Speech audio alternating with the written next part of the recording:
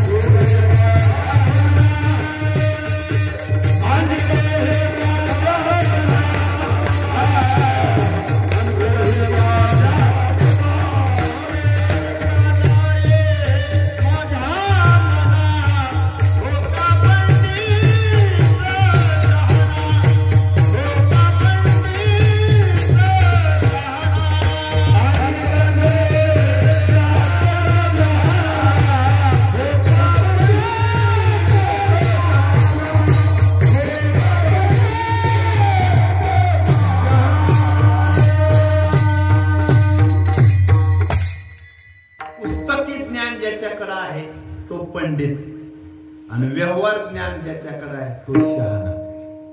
व्यवहार ज्ञान सोपी व्याख्या आहे. पुस्तकी ज्ञान ज्याच्याकडे आहे तो पंडित, आणि व्यवहारातलं ज्ञान ज्याच्याकडे आहे तो शहाणा. महाराज दोन शब्द वेगवेगळे वापरतात, पंडित आणि शहाणा. पंडित होण्याकरता शाळेतच जावं लागतं, पंडित होण्याकरता अभ्यासच करावं लागतं, पंडित होण्याकरता प्रश्नांचं उत्तर द्यावं लागतं, पंडित होण्याकरता 6 वर्षाचा अभ्यासक्रम पूर्णच करावा लागतो, तरच पंडित होता येतं. शहाणा शाळेत गेला काय न गेला काय, फक्त त्याला तिडा सोडवतो. मग पंडित कोण? परमार्थातला पंडित तुकोबाराने सांगितला, पंडित तोची भला नित्य भजे विठ्ठला. जो नित्य विठ्ठलाला भजतो तोच खरा पंडित आहे. विठ्ठल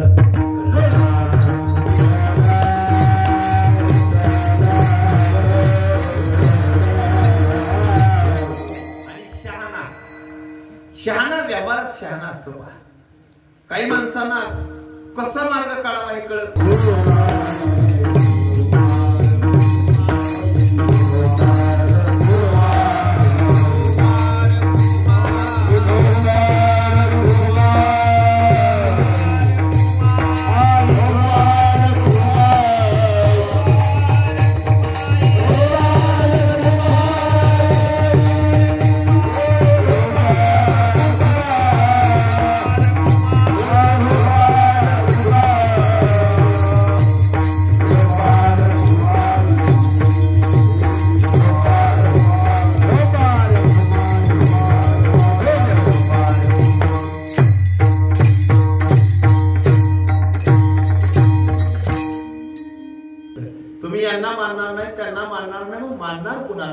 तुकोबारा म्हणतात, नाम चिंतनामध्ये ज्यांचं चित्त दृढ झालंय त्यांना मी मानतो. म्हणून बघा, हनुमंतरायाला तुकोबारा शरण जातात. शरण शरणजी हनुमंता तुम्हा गौरावता, काय भक्तीच्या त्या वाटा मजला.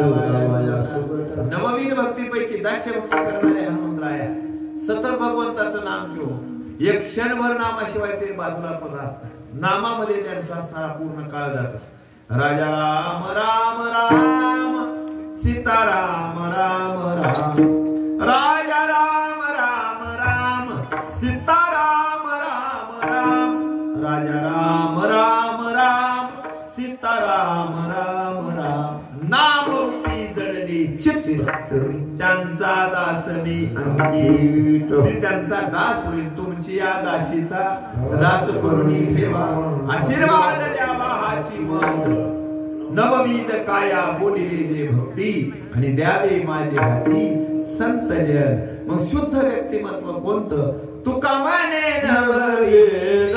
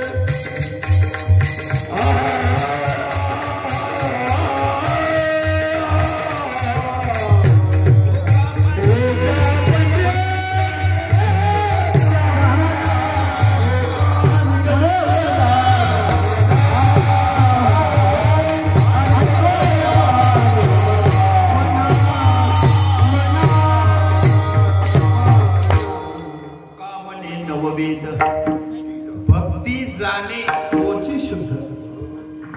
जाणून ती अंतकरणामध्ये ज्यांच्या ओतपोत उतरलेली आहे तुकोबारा म्हणतात मी त्यांना मानेल. 9 प्रकारच्या भक्ती आहेत, आपण सगळ्यांनी ऐकलेलं आहे. श्रवणम कीर्तनम विष्णू स्मरणम पादसेवनम अर्चनम वंदनम सख्यत्व दास्यत्व आणि आत्मनिवेदन. श्रवण भक्ती, आता आपण ती भक्ती करतो. आता तुम्ही ऐकत आहे, ऐकता ऐकता बरंच ऐकत आहे, ऐकता ऐकता बरंच ऐकत आहे. इथं थोडस वाहन ट्रॅक्टरचा आवाज वाढला की लगेच लक्ष आपलं तिकडे झालं. जनक श्रवण भक्ती खरी अधिकारी. श्रवण भक्तीचा खरा कोण तर राजा परीक्षित. कसा ऐकावा? जनकासारखा. जनक महाराज ऐकण्याकरता पुढे बसले आणि प्रवचन चालू आहे याज्ञवल्क्य महाराजांचं. याज्ञवल्क्य महाराज मधून मधून म्हणायचे ऐक जनका. जनकाचं नाव मुखात आलं याज्ञवल्क्याच्या की बाकीचे म्हणायचे त्यांचंच नाव घ्यायला आमचं कोण घेत आहे. हा आजार जुना आहे म्हणून वक्त्यानं कुणाचं तरी नाव घेतलं की बाकीच्यांना काय होतो? त्रास होतो. आता नावच कुणाचं घ्यायचं नाही, आम्ही ठरवलेलं आहे. नाव घेतलं की थोडं त्रास होतो. मग ते जनकाचं नाव घेतलं की बाकीच्यांना त्रास होऊ लागला. पण जनक कसे ऐकतात हे दाखवून देण्याकरता ते कसे अधिकारी आहेत या श्रवण भक्तीचे हे सगळ्याला कळावं याच्याकरता याज्ञवल्क्य महाराजांनी मायावी अग्नी तयार केला आणि मितीला जळू लागली. मिथिलेला लागलेली आग बघितल्याबरोबर बाकीचे सगळे शिष्य प्रपंच वाचवण्याकरता तिथून उठून गेले. एकटे जनक महाराज समोर बसलेले आहेत. विषय सुरूच आहे बोलण्याचा. ती अग्नी आश्रमापर्यंत अग्नीनं मांडी जाळायला सुरुवात केली महाराज जनकाची. त्यावेळी याज्ञवल्क्य महाराज म्हणतात राजा सावध हो, मिथिला जळते, आश्रम जळतोय, तुझी मांडी जळतीये, आता तरी सावध हो. त्यावेळी जनक महाराज म्हणतात गुरुजी तुम्ही बोलत राहा, मी ऐकत राहणार आहे.